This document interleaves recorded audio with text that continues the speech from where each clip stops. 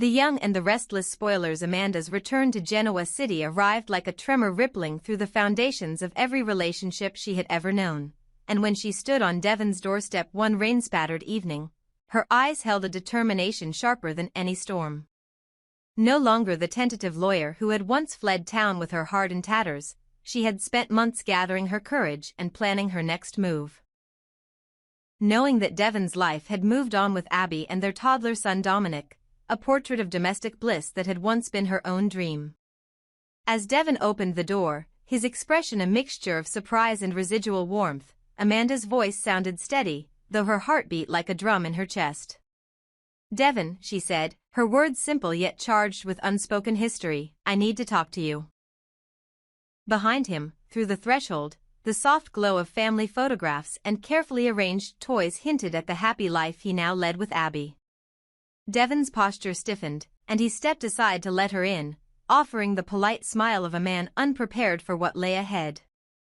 In the living room, the plush couch where Abby had nursed Dominic just that morning seemed to hold echoes of laughter and contentment that contrasted starkly with the turmoil Amanda carried inside.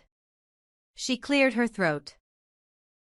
"I didn't come here to disrupt anything," she began, eyes flicking to the framed snapshot of Devon cradling Dominic as he learned to walk, "but I couldn't stay away any longer." Devon's brows knitted together. "Amanda, it's late, just hear me out," she interrupted softly, producing a small envelope from her coat pocket. "There's something you need to know." As Devon accepted the envelope with a hesitant hand, Amanda spoke, her tone at once measured and impassioned. "When we were together, before I left, I carried your child, a little girl who came into this world just weeks after I left Genoa." The hush that fell was as palpable as the patter of rain against the windows. Devon's eyes widened as he withdrew a photograph, a delicate portrait of a baby with dark eyes and auburn curls that mirrored his own, and a birth certificate bearing a name he had never known. Amanda waited until Devon's gaze met hers again, the air thick with disbelief and betrayal. "I chose to give her up for adoption," she explained, voice cracking with the weight of her secret. "At the time, I thought it was the only way to protect her, from the chaos of our world, from the danger of my enemies, and from the uncertainty I felt. I couldn't face raising her alone while you were building a life here." Water gathered in Devon's throat as memories of passionate nights and whispered promises collided with this revelation. "Why didn't you tell me?" he whispered. Amanda's hands trembled. "Because I was afraid. Afraid you wouldn't want her. Afraid you'd fight me for custody and drag her into the center of our conflict. And I was furious with myself for abandoning you and unable to face the consequences." Abby heard a hushed gasp from the hallway, where she stood clutching Dominic to her chest, and she peered around the doorframe with tears in her eyes. When she saw Amanda, a flood of betrayal washed over her. The woman who had once been Devon's wife, who had vanished and left her to shoulder challenges alone, now stood before them with a bombshell that threatened to destroy everything. Devon asked in a voice barely above a whisper, "So you came back to show me there's another child I don't even know?" Amanda took a step forward, resolve hardening her features. "Not just to tell you, but to ask for your help. I want you to meet our daughter. But I can't bring her into your life without your permission. If you want to see her, you have to end things with Abby." The words landed like thunder. Abby's grip on Dominic tightened until the boy whimpered, sensing her distress. "You're blackmailing him," Abby cried, tears spilling freely as she stepped fully into the room. "Threatening to rip my son away, to take away his father, unless Devon leaves me?" Amanda's eyes softened with anguish. "I'm not asking for vengeance. I'm asking for justice, for our daughter's right to know her father. I would never threaten Dominic. He's innocent. But I need Devon's commitment. I need to know he will stand by her." Devon's chest heaved as he looked from Amanda to Abby, torn between his past love and the life he had built. "Amanda," he said, voice choking, "you can't just come in here and demand I choose. That's not fair to her, not fair to Dominic, and not fair to you." Amanda's lips quivered. "I know it's unfair. But I've carried this secret like a wound that won't heal. Every time I saw you with Abby and Dominic, it was bittersweet love and devastating sorrow. I believe in your capacity to love both of your children. But I need a guarantee." "No," Devon interrupted, his gaze fierce. "I refuse to be coerced into abandoning the only family I have now. Abby and Dominic are my life." Abby's sobs subsided as she realized Devon's decision. Relief and heartbreak mingled in her eyes. Relief that he would not leave her, heartbreak over the shattered trust that Amanda's return had wrought. Amanda's shoulders slumped as she recognized that her plan had backfired, that her demand had wounded not only Devon but also the woman who had come to represent stability in his life. She swallowed hard, gathering what little dignity remained. "I'm sorry," she whispered. "I'll go." She turned, tears streaming down her face as she walked past Abby and Dominic. Abby's maternal instinct surged, and she reached out, calling softly, "Amanda, wait." But Amanda did not stop. She stepped out into the rain, the door closing softly behind her. Devon and Abby stood together in the silence that followed, holding Dominic, hearts still pounding with fear and relief. Outside, Amanda's silhouette faded into the downpour, her secret daughter's face lingering in Devon's mind like a requiem for what might have been. In the days that followed, Genoa City buzzed with speculation, whispers of a second child, rumors of blackmail, debates about the morality of Amanda's choices. Abby wondered if her marriage could weather such a storm, while Devon grappled with guilt and regret, loving 2 women, 2 children, yet knowing that no decision could erase the pain. Amanda, meanwhile, found herself at a new crossroads. Her demands unmet, her heart laid bare, she had to decide whether to fight for her daughter through legal channels, risking a public custody battle that would ravage everyone involved, or to step back and protect her child from the turmoil she had unleashed. In the end, Amanda chose a third path. She would relocate to a city where anonymity could shield her and her daughter, she would secure counsel to file for paternity in private arbitration, and she would build a life that allowed her daughter to grow without the shadow of blackmail. She wrote a letter to Devon and Abby, a heartfelt apology that acknowledged her wrongdoing and her enduring love for both of their families, and she closed that chapter of her life behind a door she vowed never to reopen.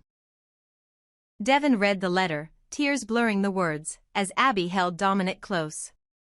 Slowly, they began to rebuild trust, their shared hardships fortifying the bond between them. And as Amanda disappeared into the mist of her new beginning, she carried with her the fragile hope that one day, her daughter might know the truth of her parentage. And that Devon, perhaps older and wiser, might be ready to welcome her into his life without conditions, guided not by coercion but by the unbreakable ties of love between a father and his child. Amanda's arrival in Devon's life that evening was more than a mere surprise, it was the culmination of months of planning, heartache, and indomitable resolve. She stepped into his dimly lit study, the soft glow of the desk lamp illuminating the small photograph she held between her fingers as though it were a relic of another world. Devon, still reeling from the shock of her unannounced visit, looked up with a mixture of hope and apprehension, his heart pounding as if he recognized the moment as a pivot point in both their destinies.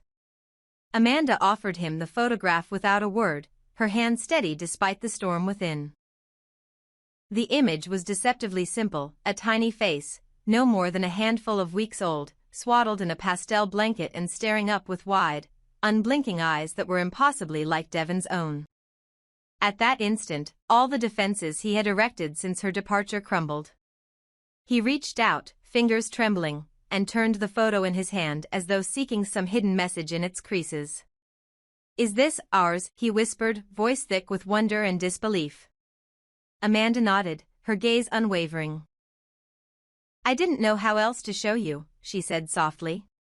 "I know you've dreamed of being a father ever since we first met, but our careers, your law practice and my commitment to Winters and Company, pulled us in different directions.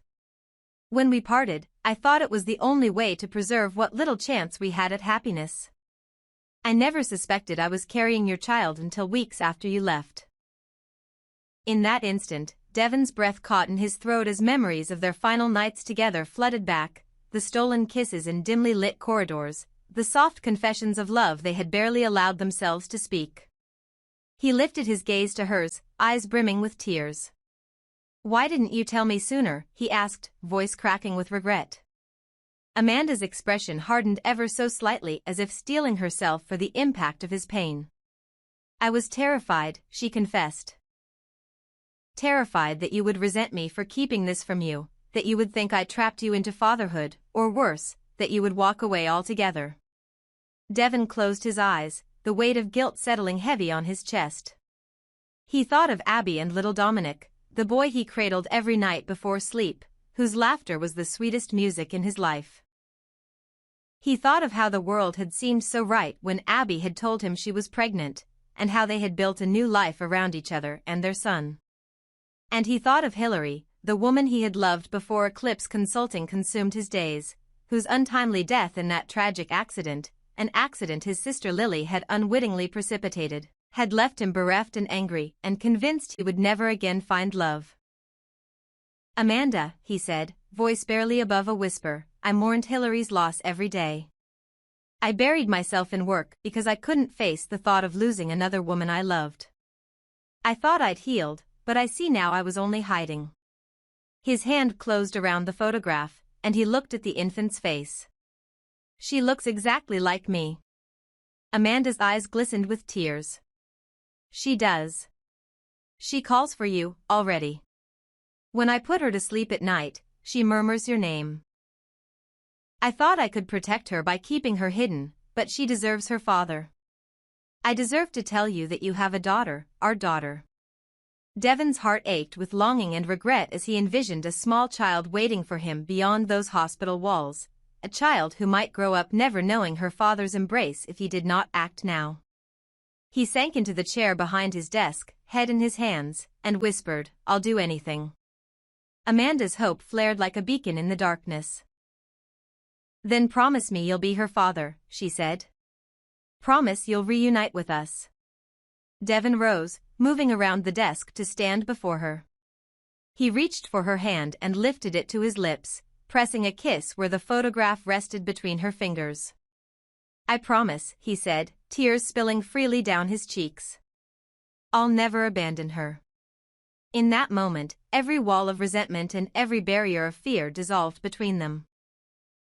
Yet as he spoke, Devon could not silence the shadow of doubt that lingered at the edges of his joy. How would Abby react when she discovered he had fathered another child?